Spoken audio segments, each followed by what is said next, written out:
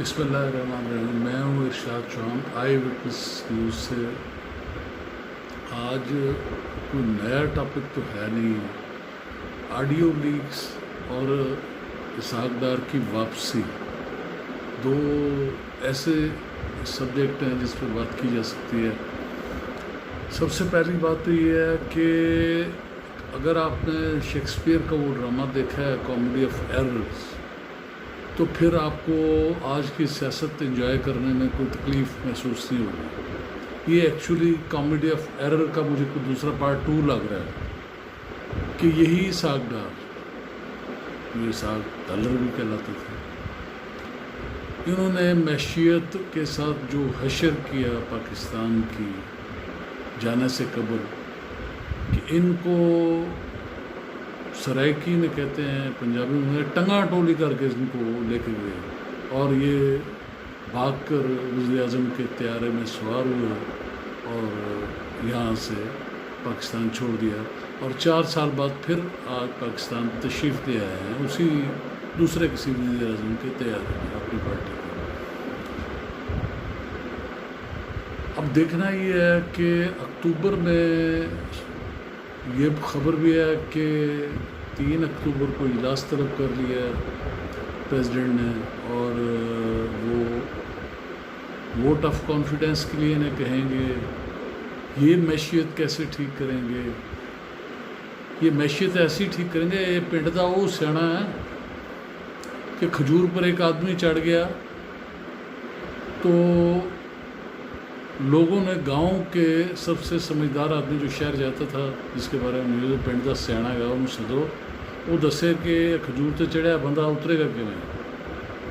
وہ بھائی جان جس شخص سے خیر اس شخص کو بلایا گیا، سیانے نے آیا، سیانا جس سے لے آیا اس نے کہا ایدی کمرے چ رسا بنو تو انہوں تھلے کھینچ دو، نتیجتاً بندہ گریا اور مر گیا۔ سیانے کو لوگوں نے پوچھا کہ جناب محترم کہ اے کی کیتا جے، تو سیانا صاحب فرماندے نے جناب ساڈے پاسے تو خوہ چو بندہ انجی کڈی دا سی۔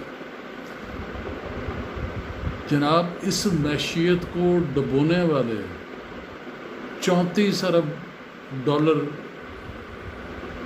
پچھلے 60-65 سال کا قرضہ تھا جب یہ تشریف لائے اور یہ وزیر خزانہ بنے پہلی دفعہ زرداری کی حکومت میں، تو اس وقت 34 ارب ڈالر قرضہ تھا، اور یہی اسٹیل مل 22 ارب منافع میں تھی، اور بھی بہت سے ادارے منافع میں تھے۔ تو انہوں نے جب یہ آخری دفعہ گئے ہیں پاکستان سے باہر، اس وقت تک قرضہ 80 ارب ڈالر کراس کر چکا تھا۔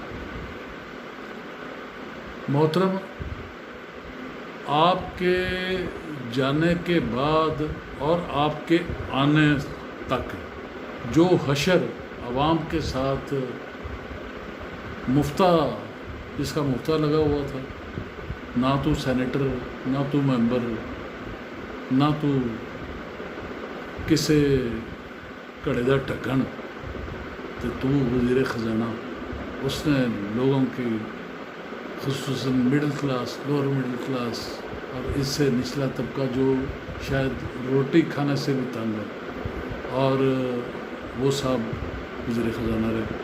اور اس ملک پر تجربات کوئی نئی بات نہیں ہے، یہ عرصہ دراز سے یہ صورتحال جاری ہے، اور ایک نیا سلسلہ شروع ہوا آڈیو لیکس کا، جس میں یہ تمام اس حمام میں ننگے نظر آ رہے ہیں۔ کیا کریں گے ان ساری چیزوں کہ آپ کی سیکیورٹی بریچ ہوئی ہے، آپ کی پرائم منسٹر ہاؤس کو بگ کر دی ہے، کسی ایجنسی نے کیا ہے، کیا بیرونی ایجنسی نے کیا ہے یا پاکستانی ایجنسی؟ آپ کا پورا ڈیٹا جو ہے وہ اگست سے لے کے اب تک وہ ویب سائٹس پر بک رہا ہے، ڈارک ویب پہ بھی بک رہا ہے، پیسے دیں خرید لیں اور اس کو اوپن کر دیں۔ یہ تو آپ کی سیکیورٹی اسٹیٹ کا حشر ہے۔ حکومت جو اس کی نمائندگی کرتی ہے وہ اس قدر ہوشیار ہے اور چالاک ہے کہ وہ اپنے دمادوں کے لیے انڈیا سے پلانٹ تو منگا سکتی ہے مگر اس کی سیکیورٹی کا بندوبست نہیں کر سکتی. تو میں اب اس سے زیادہ کیا کہوں کہ جو لوگ اس تباہی کے ذمہ دار تھے انہی کو یہ ملک سونپا جا رہا ہے. لیکن اس کے علاوہ بھی بہت سے محب وطن لوگ موجود ہیں اس پاکستان کے اندر جو اس ساری صورتحال کو بغور دیکھ رہے ہیں. اور میں یہ 3 اکتوبر کا جو اجلاس بلانے کے لیے جو حکم جاری کیا گیا صدر کی طرف سے، اس کو بڑی گہری نظر سے دیکھ رہا ہوں کہ مجھے لگتا ہے کہ یہ انصرام یا انتظام یا یہ جو ڈھانچہ جو کھڑا کیا گیا ہے جس کی سیاسی بیکنگ نہیں ہے، جس کے ساتھ عوام کی سپورٹ نہیں ہے، بلکہ عوام کے لیے تکلیف دہ ایک امر ہے، تو یہ چلتا ہوا مجھے نظر نہیں آتا، یہ آگے بڑھتا ہوا مجھے نظر نہیں آتا.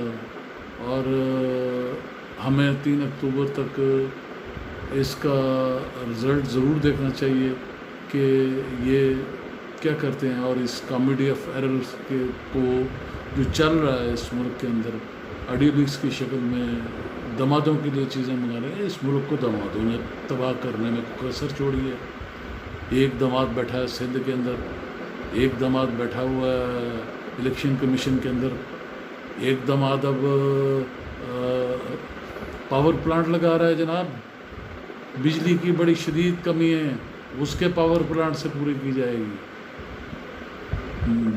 نانی اماں صاحبہ کہتی ہیں، مجھے اچھا تو نہیں لگتا یہ لفظ استعمال کرتے ہوئے، کہ دماد کو بھی کاروبار کروانا ہے. اور بھائی جان یہ ان کو سمجھنا چاہیے کہ اپنے پیسوں سے کچھ کر لیں، یہ ملک کے ٹیکس پیئر کے پیسے کو تو بخش دیں، اس پہ تو مہربانی کر دیں. تو آج کے لیے اتنا ہی ان کی بارے میں کہوں گا کہ 3 اکتوبر تک ہمیں دیکھنا چاہیے کہ اس اجلاس میں کیا فیصلہ ہوتا ہے.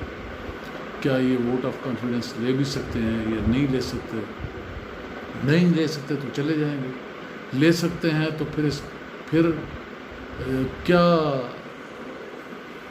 ان کا لائے عمل ہوگا اپوزیشن کا، خصوصاً عمران خان کا، یہ بھی دیکھا جائے گا، جس کے ساتھ پاپولر سپورٹ ہے لوگوں کی. میں نے اپنی لائف میں ذوالفقار علی بھٹو اور بے نظیر بھٹو کے بعد تیسرے شخص کے ساتھ پاپولر سپورٹ کو دیکھا ہے. لیکن فرق اس میں تھوڑا سا یہ ہے جو مجھے بھی اعتراض ہے، یہاں لوگوں کو یہاں پاکستان میں کہیں بھی اسلام کو کبھی خطرہ نہیں رہا. اگر خطرہ ہوتا تو یہاں حکمران ملا ہوتا، یہاں خمینی کی طرح کوئی بیٹھا ہوتا.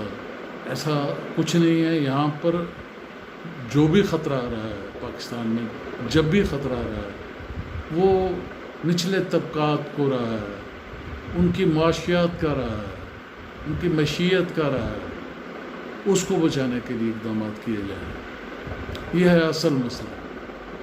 خان صاحب اس کو اسلامی طرز سے حل کرنا چاہتے ہیں تو یہ ان کی مرضی ہے.